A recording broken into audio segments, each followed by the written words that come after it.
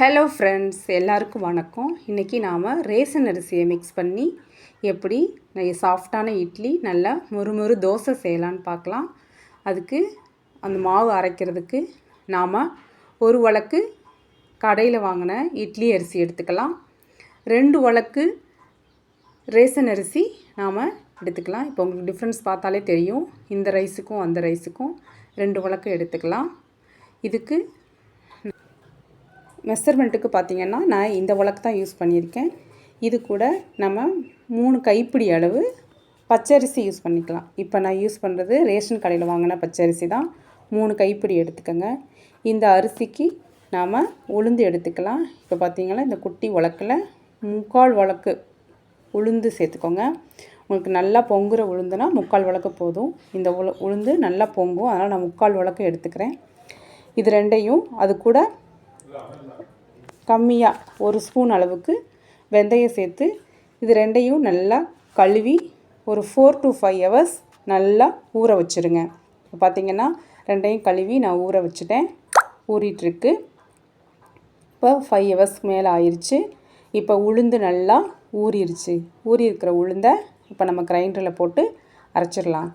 நல்லா ஸ்டார்டிங்கில் தண்ணி விட்டுற வேணாம், கொஞ்சம் கொஞ்சமாக சேர்த்து இந்த மாதிரி நல்லா அரையட்டும். இப்போ பார்த்திங்கன்னா எனக்கு உளுந்து அரைகிறதுக்கு 25 minutes ஆச்சு. ஊட தண்ணி தெளித்து நல்லா இந்த மாதிரி அரைய விடுங்க. இப்போ பார்த்திங்கன்னா எடுத்து பார்த்திங்கன்னா நல்லா பந்து மாதிரி இருக்கும் உளுந்து. தண்ணியை தொட்டுட்டு இந்த மாதிரி நம்ம தொடும்போது அள்ளி பார்க்கும்போது உளுந்து கையில் ஒட்டாமல் வரும்.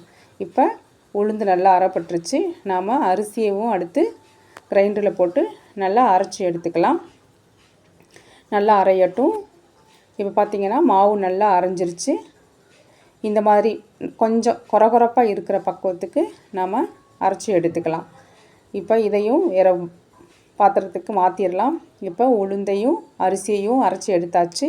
இதில் நல்லா ஒரு கைப்பிடி அளவுக்கு கல் உப்பு சேர்த்து நல்லா கையாலேயே கரைச்சி எடுத்துக்குங்க. பார்த்திங்கன்னா தண்ணி விட்டு தேவைப்பட்டால் தண்ணி விட்டு கரைச்சி எடுத்துக்குங்க.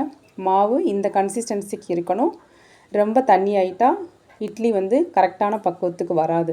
இப்போ நம்ம வேறு பாத்திரத்துக்கு மாற்றிடலாம். மாற்றி நல்லா புளிக்க வச்சிடணும். ஓவர் நைட் புளிக்க வைக்கலாம். இப்போ நான் மார்னிங் அரைச்சேன். ஈவினிங் பார்த்திங்கன்னா நல்லா இந்த அளவுக்கு மாவு புளிச்சு வந்துருச்சு. காலையில் இப்போ இட்லி செய்ய ஸ்டார்ட் பண்ணிடலாம். மாவு நல்லா புளிச்சிருக்கும் இல்லையா? இப்போ இந்த மாதிரி இட்லி பாத்திரத்தில் வச்சு நாம் ஒவ்வொரு இதுலேயும் இந்த மாதிரி எடுத்து வச்சுக்கலாம். வச்சு மூடி வச்சிடலாம். நல்லா ஒரு 10 minutesக்கு இட்லி நல்லா வேகட்டும். இப்போ பார்த்திங்கன்னா 10 minutes மேலே ஆயிடுச்சு. ஒரு ஸ்பூனோட பேக் சைடு எடுத்து தண்ணியில் விட்டுட்டு இந்த மாதிரி நம்ம குத்தி பார்த்தோன்னா பாருங்கள் ரொம்ப க்ளீனாக வந்திருக்கு. இதுதான் கரெக்டான பக்குவம். நான் இப்படி தான் செக் பண்ணுவேன், எப்படி இட்லி வெந்துருச்சா இல்லையான்னு. பார்த்திங்கன்னா இட்லி நல்லா வெந்துருச்சு. நம்ம பேக் சைடு தண்ணி தெளிச்சுட்டு மெதுவாக எடுத்தோன்னா நமக்கு நல்ல சாஃப்டான இட்லி ரெடி ஆகிடுச்சு. துணியில் கொஞ்சம் கூட ஒட்டலை பாருங்கள் நல்ல சாஃப்டான இட்லி நமக்கு ரெடி ஆகிடுச்சு. இதே மாதிரி பக்குவத்தில் அளவில் நீங்களும் ட்ரை பண்ணி பாருங்கள். கண்டிப்பாக நல்ல சாஃப்டான இட்லி ரேஷன் கடை அரிசியிலேயே நம்ம செய்யலாம். அதுக்கு சுட சுட சாம்பார் ரெடி பண்ணி சுவையான இட்லி ரெடி பண்ணியாச்சு. இதே மாவை வச்சு நான் மறுநாள் தோசை ரெடி பண்ணியிருந்தேன். இப்போ பாருங்கள் தோசை எவ்வளோ சூப்பராக வந்திருக்குன்னு. நீங்களும் கண்டிப்பாக ட்ரை பண்ணி பாருங்கள். நம்ம சேனலை இதுவரை சப்ஸ்கிரைப் பண்ணாதவங்க கண்டிப்பாக சப்ஸ்கிரைப் பண்ணிடுங்க. பாய்.